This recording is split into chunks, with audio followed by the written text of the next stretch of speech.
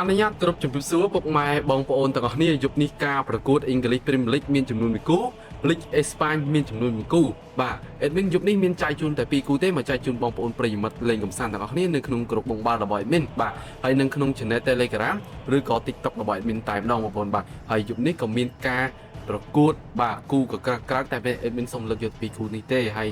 បើបងប្អូនចង់ចូលលេងជាមួយបងប្អូនយើងនៅក្នុងក្រុមបងបាល់អីគ្រាន់តែបងប្អូនអាចចូលទៅលេងទូទាយក$3ពី Admin ផងដែរបងប្អូនបាទយប់នេះកុំភ្លេចបងប្អូនទាំងអស់គ្នាបាទហើយយប់នេះគូដូចជា Bournemouth ត្រូវប៉ះគ្នាជាមួយនឹង Fulham បាទហើយគូទី2 League Espagne Osasuna ប៉ះជាមួយនឹង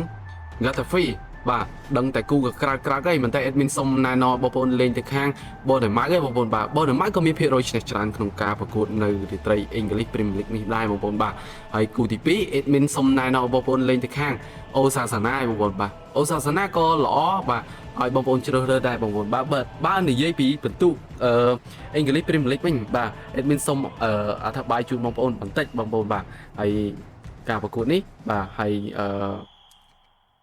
Bournemouth ចូលនៅលេខរៀងទី6មាន11បន្ទុកឯណោះបងប្អូនបាទហើយការប្រកួតនេះល្អបាទហើយ Admin សុំឲ្យបងប្អូនលេងទៅខាង Bournemouth ហើយបងប្អូនបាទហើយបើ Osasuna វិញបាទ League Espagne Osasuna នេះក៏ល្អឲ្យបងប្អូនជ្រើសរើសដែរបាទក្នុងការប្រកួតនេះបាទ Osasuna ចូលនៅលេខរៀងទី5លេខរៀងទី13មាន7បន្ទុកបងប្អូនបាទមាន7